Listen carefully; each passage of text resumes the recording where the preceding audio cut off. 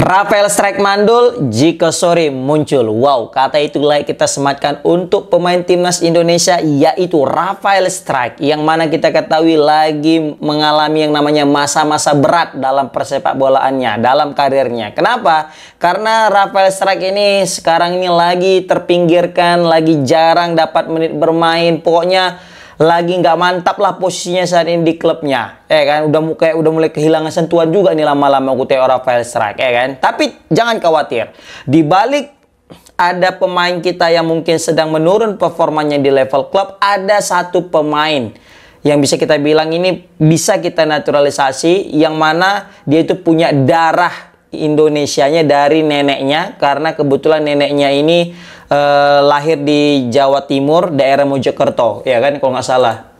Ya, dari Mojokerto, Jawa Timur. Nah, namanya itu Jiko Sory. Jiko Sory ini lagi gacor-gacornya di klubnya, ya kan. Nah, for your information juga guys, Jiko Sory dengan Rafael Strike ini itu satu alumni guys. Dalam artian satu alumni ini satu sama-sama yang pernah mau membela timnas Indonesia. Bedanya Jiko Sory kalah saing saat seleksi dengan Rafael Strike.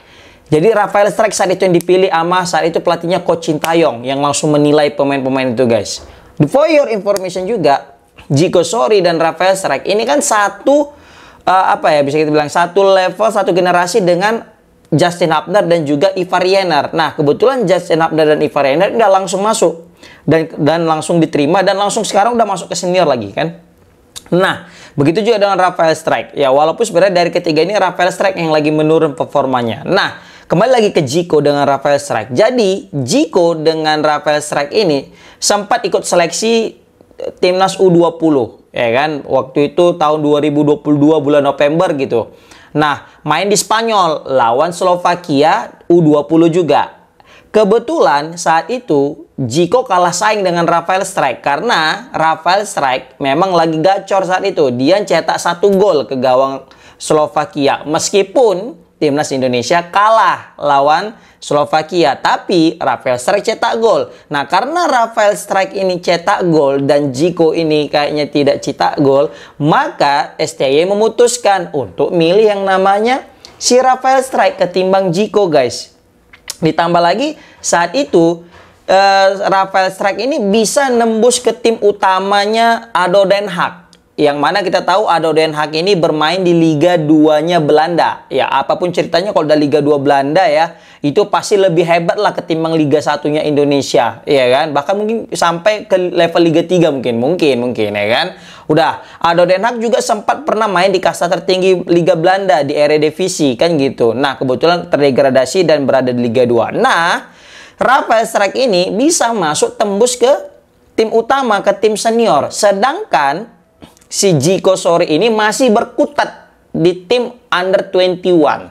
Nah, karena alasan ini juga lah mungkin Sintayong itu lebih memilih Rafael Strike ketimbang daripada Jiko Sory saat itu, ya kan?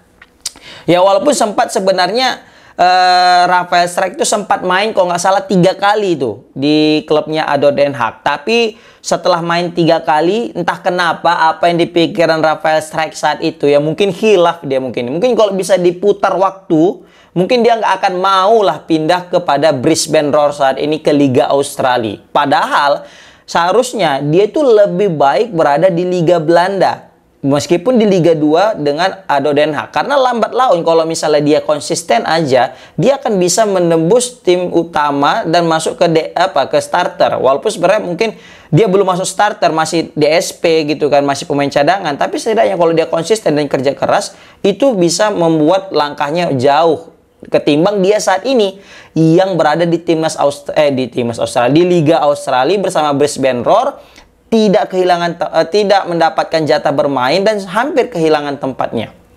Padahal Liga 2 Belanda itu menurut aku lebih kompetitif ketimbang Liga 1-nya Australia. Iya kan? Ya, walaupun sebenarnya Australia negara besar, tapi liganya itu tidak sebesar Liga Belanda, guys. Yang notabene pasti kompetisinya jauh lebih kompetitif dan pemainnya jauh lebih skillful ketimbang liga-liga Australia. Karena kebanyakan pemain-pemain bintang di Eropa itu ketika sudah di penghujung usianya bermain di Liga Australia. Berbanding terbalik dengan Belanda yang di situ muncul pemain-pemain bintang dari Liga Belanda. Nah, ini kesalahan utama daripada Rafael Struijk sih sebenarnya menurut aku, ya kan. Oke, kita kembali lagi kepada Djiko Sory tadi. Nah, di saat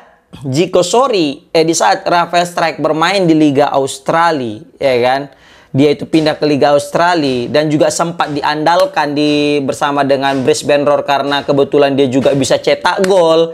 Begitu juga sempat main berapa kali gitu ya, 10 kali bersama klub. Tapi semenjak pulang dari Piala AFF kemarin, itu Rafael Struijk nyaris kehilangan tempatnya, guys. Sempat duduk di bangku cadangan dan tidak bermain. Dan sekarang jangankan duduk di bangku cadangan, untuk masuk ke daftar susunan pemain juga tidak dia, baik itu starter maupun bangku cadangan. Berarti ini mengalami penurunan yang cukup pesat dan drastis daripada seorang Rafael Struijk. Dan ini berpengaruh kepada timnas Indonesia juga, guys. Jadi bukan hanya berpengaruh kepada memang karir seorang Rafael Struijk, tapi juga berpengaruh kepada amunisi serang Indonesia. Dan ini aku nggak tahu ya, kenapa. Ini kayak mirip kayak kejadiannya dengan Sandy Walsh. Sandy Walsh juga ketika di klubnya jadi andalan, balik main ke Indonesia setelah pulang dari Piala Asia, dia mulai kehilangan tempatnya. Terus udah jarang main, masuklah ke Liga Jepang, di Liga Asia juga sama ke Australia kan. Main di Liga Jepang di awal-awal sempat jadi andalan, sering starter, bahkan mencetakkan assist walaupun nggak sengaja. Sekarang udah nggak pernah main lagi. Sekarang duduk di bangku cadangan aja terus. Ini juga berpengaruh kepada karir Sandy Walsh dan juga berpengaruh kepada timnas. Kenapa? Kalau Sandy Walsh jarang bermain, maka akan takutnya kehilangan sentuhannya. Pasti beda mentalitinya. Nah, itu juga akan berpengaruh nanti dia bawa ke timnas Indonesia ketika dia jarang bermain, hilang sentuhannya, main di Indonesia juga seperti itu.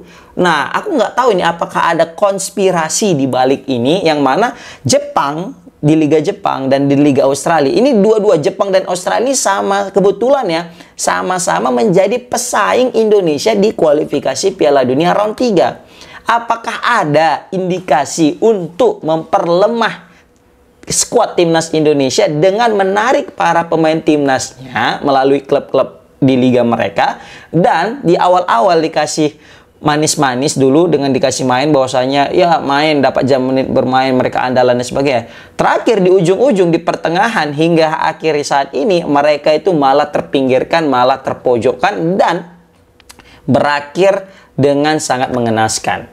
Karena ini kita bahaya. Walaupun ini sebenarnya masih pikiran-pikiran liar kita, konspirasi kita, tapi kalau kita lihat-lihat ini bahaya kalau banyak pemain-pemain kita ini yang pindah ke liga di mana liga itu tempat kita sebagai negara pesaing kita di kualifikasi Piala Dunia. Karena ini contohnya. Walaupun sebenarnya itu bisa jadi salah juga, karena ya apapun ceritanya itu tergantung kepada pemain itu tersebut. Karena kalau pemain itu juga memang jago, pasti dibutuhkan klub. Pasti sayang lah klub bayar gajinya mahal-mahal tapi dia nggak ada kontribusi. Ya, tapi apapun cerita kita doakan kedua pemain itu bisa mendapatkan tempat. Nah, kita kembali lagi kepada Djiko Sory. Panjang kali cerita kita ya kan. Nah, berbanding terbalik dengan Djiko Sory di saat Rafael Struijk lagi mandul-mandulnya. Nah, beda dengan Djiko Sory yang muncul sebagai gacor-gacornya. Kenapa? Karena dia ini baru aja direkrut sama tim. Dia kan sempat main di klub FC Zwolle, klubnya Eleanor Renders, dan di situ dia main di kelompok umur under 17, 18, baru 21 gitu kan. Terakhir dia itu pindah ke Willem under 21. Nah, setelah dipindah ke Willem under 21, dia itu direkrut, guys. Direkrut di bursa transfer kemarin sama klub divisi 4. Namanya DVS 33. Ya, walaupun divisi 4, tapi ini Liga Belanda. Itu bukanlah hal yang mudah gitu. Bahkan kalau misalnya kita compare ke Liga 1, mungkin bisa jadi hampir selevel mungkin ya kan. Dengan Liga 3 Belanda atau Liga 4 Belanda. Seperti itu, guys. Nah, yang jadi penarik di sini adalah, yang menarik perhatian adalah statistik dia, guys. Statistik daripada seorang Djiko Sory ini luar biasa. Dia ini nggak tahu ya apakah dia menjadi top skor apa tidak. Tapi kalau melihat dari jumlah gol yang dia lesahkan dan juga dari jumlah pertandingan yang sudah dia mainkan, kayaknya dia ini bisa jadi top skor di Liga 4 Belanda, guys. Ya kan? Kenapa? Karena dari 28 kali main, dia itu sudah mencetak 16 gol dan 3 assist. Berarti total dia sudah berkontribusi 19 gol guys. Ini catatan yang cukup mentereng untuk seorang striker. Yang mana kita tahu timnas Indonesia lagi butuh-butuhnya striker murni. Ya kita tahu cuma ada Ole Romeni yang memang kebetulan gacor juga, udah 2 gol dengan dari 2 pertandingan.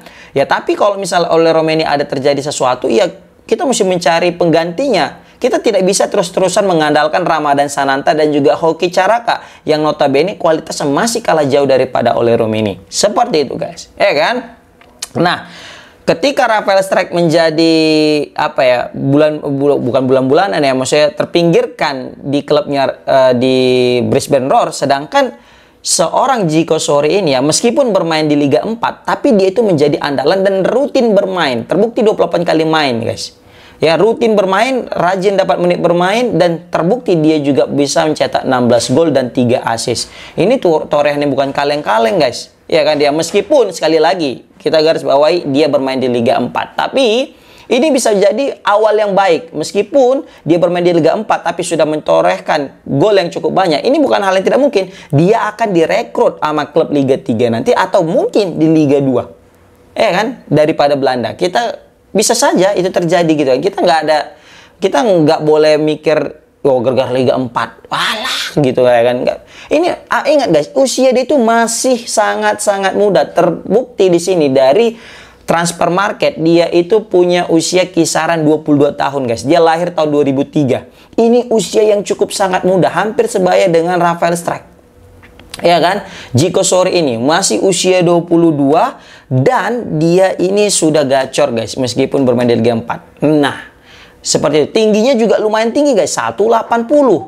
Ya kan? Dia tuh terdaftar di sini udah main 1 kali caps untuk membela timnas Indonesia yaitu under 20. Tapi sekali lagi ini cuma menjadi opsi. Tapi pilihannya tetap bersama Patrick Kluivert. Apakah Patrick Kluivert mau tidak mengambil pemain Djiko Sory ini guys? Tapi kalau menurut aku, apapun ceritanya, kita perbanyak aja yang namanya pemain-pemain naturalisasi dulu. Apalagi masih muda dan punya potensi bermain di liga teratas Belanda guys. Walaupun sekarang masih di Liga 4. Karena kita kayak Mileno Jonathan lah main di Liga 2. Tiba-tiba direkrut sama FC Utrecht ke Liga 1. Nah siapa tahu Djiko Sory main di Liga 4. Main ke Liga 3 nanti direkrut, terus main gacor lagi dia direkrut ke Liga 2, gacor lagi dia main direkrut di Liga 1. Gak ada yang kata nggak mungkin kan gitu. Semua masih bisa terjadi. Nah, jadi itu dia guys. Perbedaan 2 nasib pemain timnas Indonesia yang saat ini bertolak belakang. Rafael Strijk lagi mundur-mundurnya, sedangkan Djiko Sory lagi maju-majunya. Nah, menurut kalian guys, komen di kolom komentar. Cocok nggak Djiko Sory ini merapat ke timnas Indonesia dan memperkuat timnas Indonesia? Assalamualaikum warahmatullahi wabarakatuh.